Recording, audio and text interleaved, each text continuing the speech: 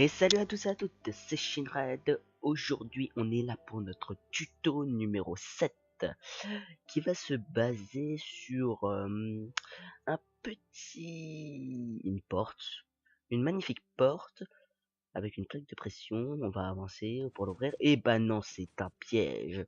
Comme vous pouvez le voir, la plaque de pression servait seulement à elle servait seulement à déclencher le piège. En même temps, je trouvais ça un petit peu suspect, vous trouvez pas les petits... Ouais, les blocs qui dépassaient un peu d'ici, ça faisait partie du style? Bah non, il faisait partie du piège. Tout ça était pour cacher le magnifique système qui est en dessous. Donc, comment j'ai fait le système? Très simple, déjà, le système c'est un truc classique. Deux pistons qui rétractent un piston, ça vous le verrez sur mon tuto numéro 3 normalement, à moins que ce soit le tuto numéro 4, je me rappelle plus trop, bon c'est pas grave. La plaque de pression éteint la torche, ce qui éteint les redstone qui alimentait les deux pistons ce piston là. Toujours mettre plus de délai sur ce côté là que l'autre. Comme ça, par exemple, si on met beaucoup plus de délai ici, et là on en met moins, ça va rétracter avant et ça ne pourra pas rétracter correctement le piston. Voilà. Toujours mettre une porte aussi. Comment ça se fait que la, que la porte est toujours comme ça? Parce que est toujours fermée parce qu'il y a une torche de redstone.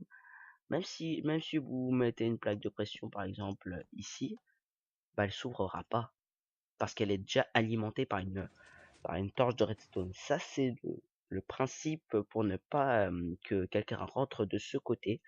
Pour rentrer dans votre maison, vous devrez faire un passage secret secondaire, par exemple. Là, franchement, pour mettre aussi cette porte, il faut, il faut, il faut d'abord ne pas l'alimenter, la mettre en mode fermé. Là, elle est fermée. Là, elle est ouverte. Mettre la porte ouverte et mettre une torche de redstone pour qu'elle se ferme.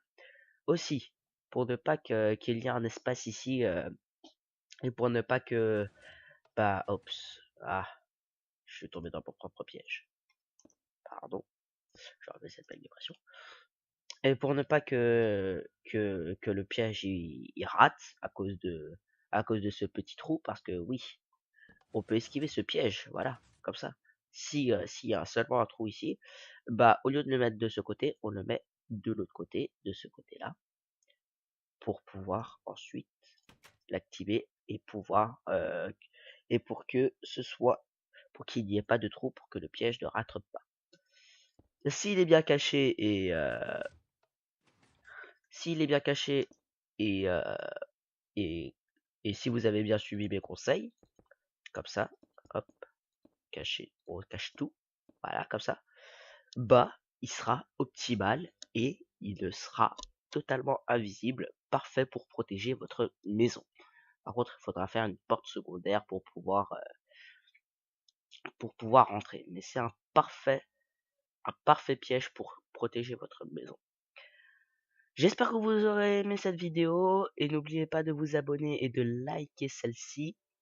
Et je vous souhaite une bonne journée. Allez, ciao ciao.